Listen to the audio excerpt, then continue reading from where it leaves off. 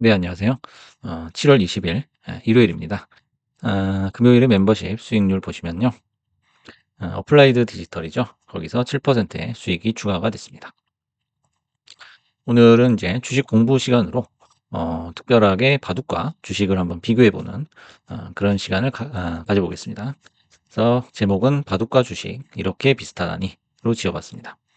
그래서 바둑과 주식을 보면요. 공통점이 참 많습니다. 어떻게 보면 이제 거의 모든 면에서 비슷한 부분을 발견을 할 수가 있었어요. 그래서 이제 정리를 하자면은 정확한 형세 판단과 무리하지 않는 절제력이 결국에는 좋은 결과를 부르는 게임이다. 이렇게 결론을 얘기해 볼 수 있겠습니다. 그래서 오늘은 바둑과 주식의 공통점 7가지 정도를 한번 정리를 해 봤습니다. 첫 번째는 정석 정도는 알고 있어야 한다라는 거죠. 그래서 바둑에는 이제 정석이라는 게 있죠.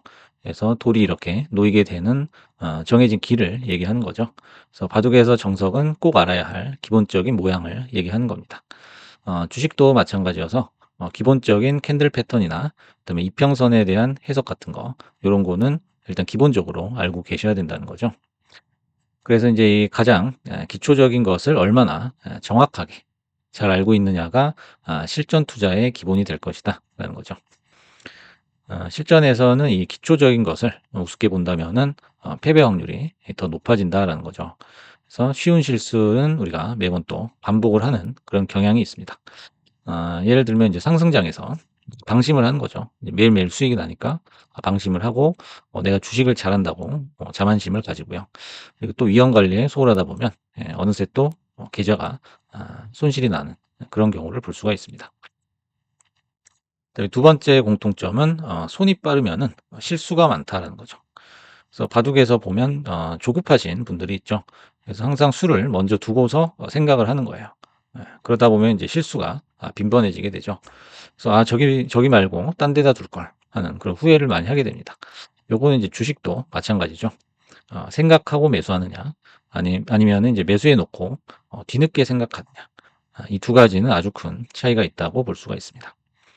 그래서 인제 매수를 하기 전에 매매 계획서를 통해서 나의 행동 양식, 매수는 어떻게 할 것이고 매도는 어떻게 할 것이고 이런 것을 미리 정하는 것이 매우 중요하다라고 볼 수가 있죠. 그리고 인제 매수를 할 때는 분할 매수를 통해서 이 계획서의 부족한 부분들을 채워 나갈 수가 있어요.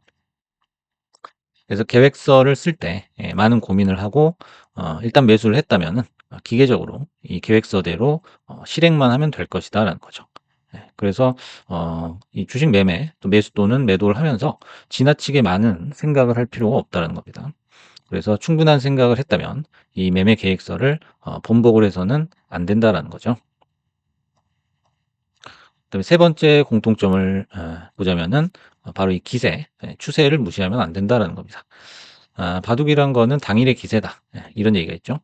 그렇게 따지면은 이제 주식은 당일의 추세가 가장 중요하다. 이렇게 볼 수가 있습니다. 그래서 추세 확인 같은 경우에는 결국엔 이평선을 우리가 볼 수밖에 없죠. 그래서 21선을 생명선이라고 하죠. 그 추세라는 거는 이 컨센서스 그리고 뉴스 그다음에 센티멘탈 요 세 가지 요소에 의해서 언제든 변할 수가 있어요. 그래서 잘 체크를 해 봐야 되겠죠.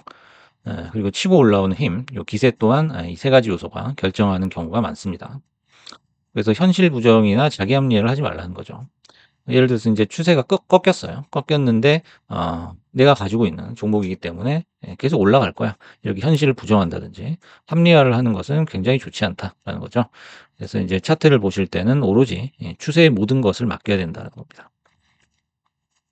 그다음에 네 번째 공통점은 반드시 최악의 경우부터 생각해야 된다라는 거죠.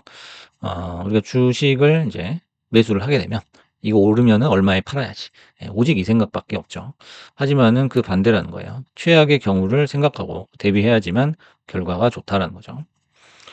그래서 대국 또는 매매 시에 당황하는 이유는 '내가 못 보는 수를 상대가 뒀기 때문이다.'라는 거죠. 주식도 마찬가지죠. 갑자기 손실이 커지면 이걸 예상치 못한 상황이거든요. 그렇게 되기 때문에 '아 이렇게 물릴 줄은 몰랐다.' 당황을 하면서 어찌할 바를 모르죠. 그래서 어떤 수인지는 몰라도 어느 정도의 데미지인지는 알 수 있어야 된다라는 거죠.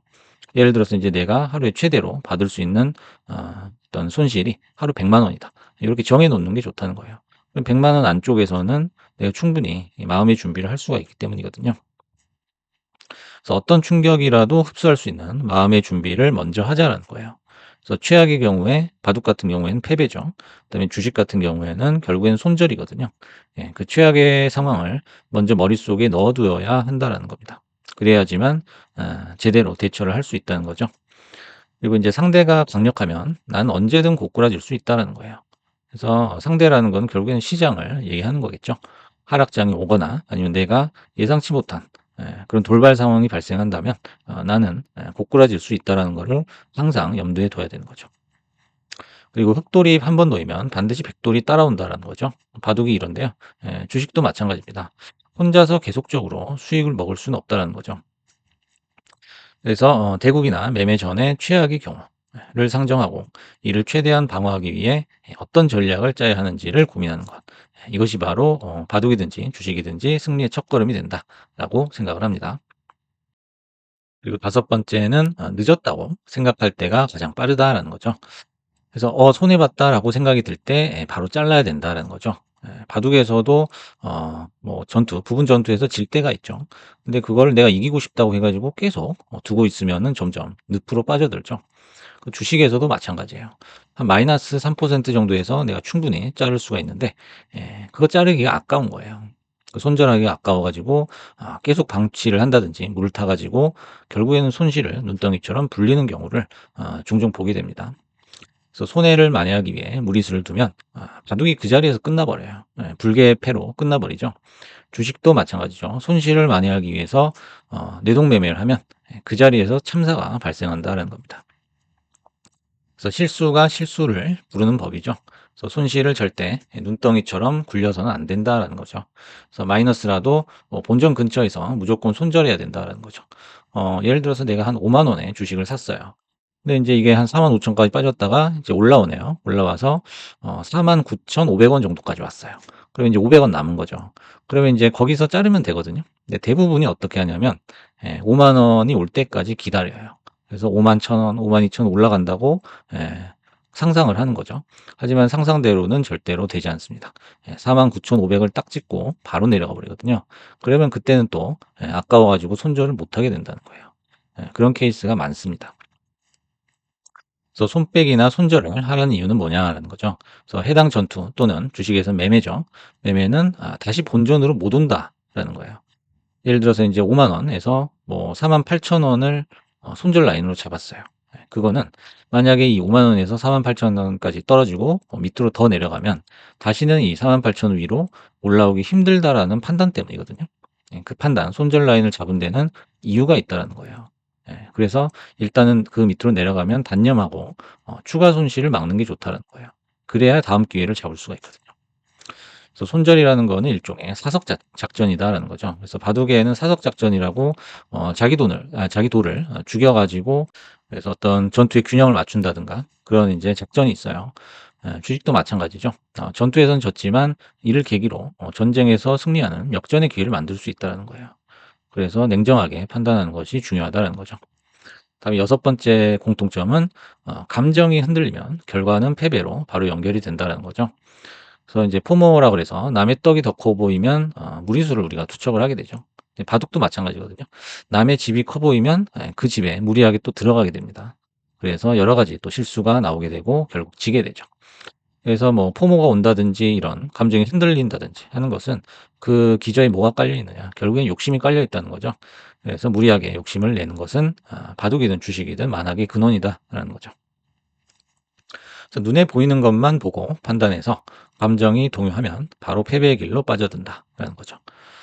눈에 보이는 것에만 집착하면 영원히 게임의 원리를 이해할 수 없다라는 겁니다. 이게 중요하죠. 그래서 눈에 보이지 않는 요소가 훨씬 많아요. 그래서 뭐 플러스 마이너스 수익에만 이렇게 집착하는 것보다는 그 수익이 어떤 식으로 결국에는 찍히게 되는지 그 과정에 우리가 집중을 해야 된다는 겁니다. 그다음에 일곱 번째 마지막 공통점은 안 되는 수를 두지 말라라는 겁니다. 안 되는 수를 두지 마라. 그래서 상대방 실수 또는 요행을 바라고 안 되는 수를 두다가 바둑에서는 포인트를 잃는 경우가 종종 발생을 하죠. 그래서 가랑비에 옷이 젖는 격으로 결국엔 패배를 하게 되는데요. 주식도 마찬가지죠. 이것저것 그냥 찔러볼 필요가 없습니다.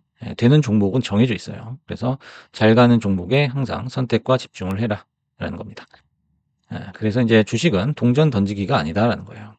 그래서 사 놓고서 그냥 기도를 한다고 해서 올라가진 않죠.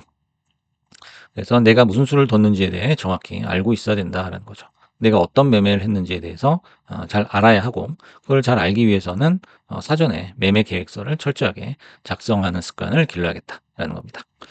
자, 요렇게 이제 바둑과 주식의 공통점에 대해서 한번 생각을 해 봤는데요. 뭐 이 밖에도 많이 있겠죠. 하지만은 7 가지 정도로 정리를 해 봤습니다. 그래서 뭐 바둑이든 주식이든 뭐 인생이든 다 비슷한 것 같습니다. 그래서 요런 욕심을 줄이고 우리가 절제하는 그런 마인드 컨트롤을 한다면은 늘 좋은 결과가 날 거라고 생각을 합니다. 여러분도 잘 참고하셔서 좋은 매매 하시기 바라겠습니다. 감사합니다.